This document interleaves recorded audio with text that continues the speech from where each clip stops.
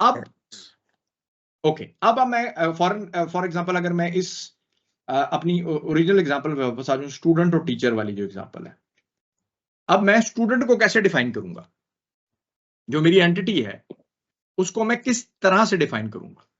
मैं डिफाइन कर सकता हूं स्टूडेंट के नाम से, उसके जेंडर से, उसकी एज से, उसकी लोकेशन से, उसकी क्वालिफिकेशन से।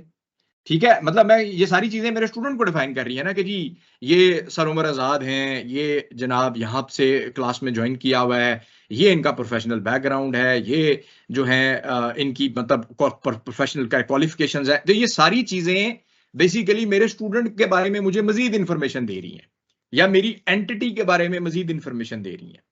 सो इस चीज को कहते हैं जी एट्रीब्यूट।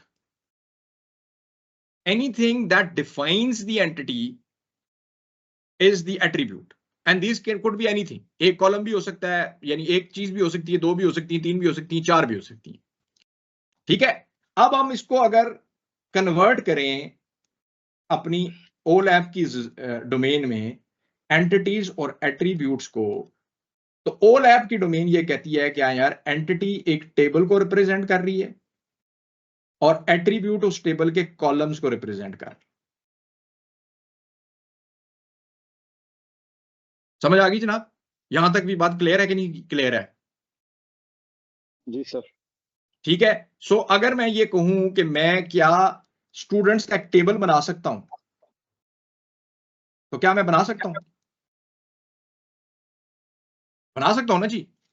स्टूडेंट का एक टेबल बनाऊं, नाम है उसका, उसका एक कॉलम, उसके बाद उसकी एज एक और कॉलम है, उसकी क्वालिफिकेशन, उसका जेंडर, लोकेशन, वट एवर मैं उसकी इंफॉर्मेशन को कैप्चर करना चाहूं। ठीक है, तो इस तरह का टेबल जो आपके बिजनेस की एंटिटी को और उसके एट्रीब्यूट्स को कैप्चर करे, उसको ओलैप की दुनिया में या स्टार स्कीमा में कहते हैं डायमेंशन का टेबल। ठीक है जी, इसके लिए लिटरेचर में डायमेंशन टेबल का वर्ड भी यूज होता है, डायमेंशन का वर्ड भी यूज होता है, लुकअप टेबल का भी वर्ड यूज होता है। इज दिस क्लियर और नॉट? जी क्लियर। जी sir.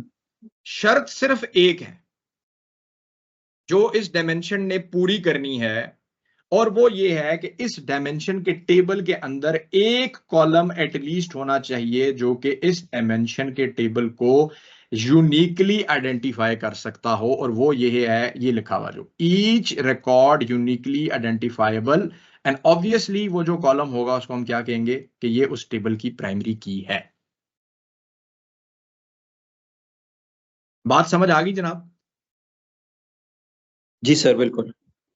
Is this clear to everyone? जी जी ठीक है जी सर। अब आपके पास OLTP का डेटा आया, आपने उस बिजनेस प्रोसेस को समझा, जैसे कि आप फजी फैक्ट्री की उस एग्जांपल में समझ रहे हैं। तो अब आपका सबसे पहला काम ये है कि आप ये देखें कि इसके अंदर मेरी एंटिटीज कौन कौन सी हैं।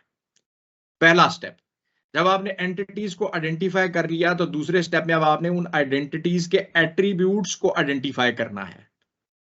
ठीक है, तो एंटिटी ट्रांसफॉर्म हो जाएगी एक टेबल में और एट्रीब्यूट्स ट्रांसफॉर्म हो जाएंगे उस कॉलम में।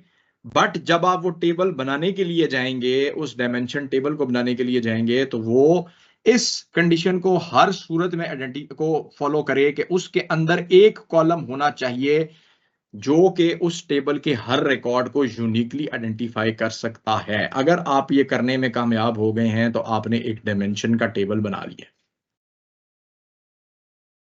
ठीक होगी जनाब? यहां तक कहानी अगर क्लियर होगी तो आपने यही प्रोसेस अब बाकी एंटिटीज के लिए भी करना है, 1 2 3 4 5 6 जितनी भी है।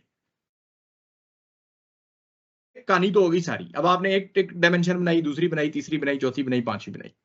जब आपने ये सारा कुछ कर लिया, अब डायमेंशंस की आपस की जो लिंकेज है उसको जब आप कैप्चर करेंगे तो वो जो ट्रांजैक्शनल नेचर का डेटा होगा, ठीक है, वो आप ले आएंगे एक फैक्ट के टेबल में। सिंपल, इसको समझने का आसान तरीका ये है। आपने ये नहीं करना कि उल्टा तरीका ये नहीं है कि आप पहले फैक्ट टेबल बनाना शुरू कर दें। आप अपने डेटा में जाएंगे, OLTP के डेटा में डायमेंशंस में डालेंगे सारा कुछ जो आपके बिजनेस क्वेश्चंस को आंसर करने के लिए जो चीजें आपको रिक्वायर्ड है। जब आपने डायमेंशंस बना लिया, अब उन डायमेंशंस की आपस में क्या लिंकेज है वो आपके फैक्ट के टेबल में आ जाए। सो फैक्ट टेबल में मैं दोबारा बता देता हूं कि फैक्ट टेबल में अब आप ट्रांजैक्शनल नेचर की चीज जो है ना वो कैप्चर करेंगे। एक डायमेंशन ऐसी है रियल वर्ल्ड सिस्टम्स में जो कि बाय डिफॉल्ट तकरीबन 99% सिस्टम्स में एग्जिस्ट करती है। हमने शायद ये बात थोड़ी सी पहले भी की थी किसी और नुक्ते, किसी और एंगल से। कोई बता सकता है?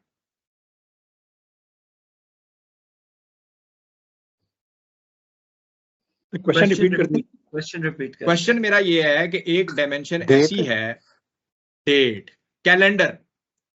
आज है 10 मई 2024, ठीक है ना? आज से पहले तारीख में 10 मई 2024 का कोई दिन आया है, और आज जब ये दिन खत्म हो जाएगा तो क़यामत तक 10 मई 2024 का दिन दोबारा कभी नहीं आएगा।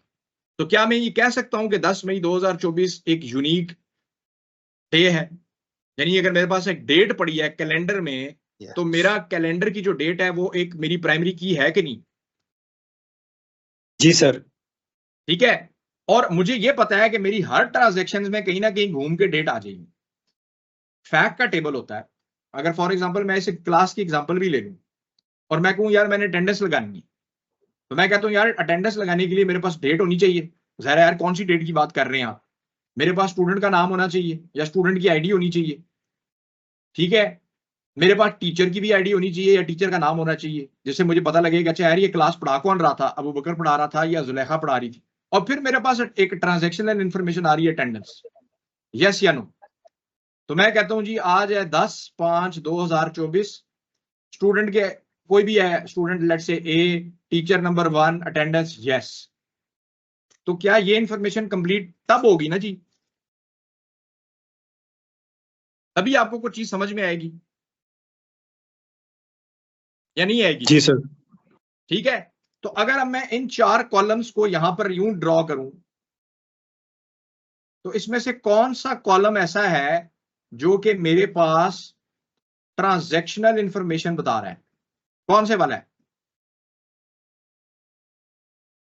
कौन सा कॉलम है जो ट्रांजैक्शनल इंफॉर्मेशन कैप्चर कर रहा है? अटेंडेंस। अटेंडेंस। तो ये बाकी 3 क्या कर रहे हैं? की डायमेंशन। बाकी 3 बेसिकली, जी बताएं। ये बाकी 3 एट्रीब्यूट्स डिफाइन कर रहे हैं। बाकी 3 बेसिकली, क्योंकि ये फैक्ट का टेबल है, तो बाकी 3 बेसिकली स्टूडेंट की डायमेंशन की यहां पे डाली हुई है मैंने, टीचर की डायमेंशन की यहां पे डाली हुई है मैंने, और डेट की डायमेंशन की मैंने यहां पे डाली हुई।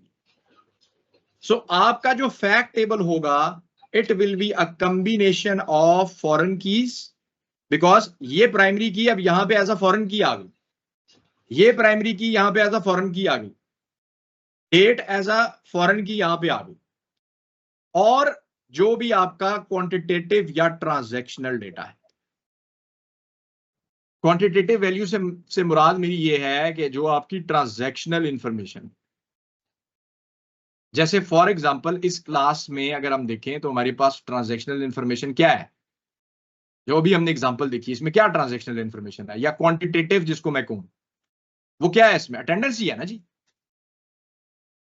जी सही है, अटेंडेंस ही है, न्यूमेरिक्स इन्वॉल्व है कुछ। एग्जैक्टली, न्यूमेरिक, बूलियन, व्हाटएवर, यानी जिस चीज के ऊपर मैं कोई मैथमेटिकल या लॉजिकल कोई चीज लगा सकूं, that is basically the point. जैसे फॉर एग्जांपल अगर हम ये देख रहे होते कि कस्टमर ने कितनी चीजें खरीदी, कितने प्रोडक्ट खरीदे, तो मैं यहां पे उस पे हो सकता है, बिकॉज ऑपरेशन उस पे हो सकता है कोई भी करेंगे तो। यस, मैथमेटिकल और लॉजिकल, ये चीज ध्यान में रखिएगा।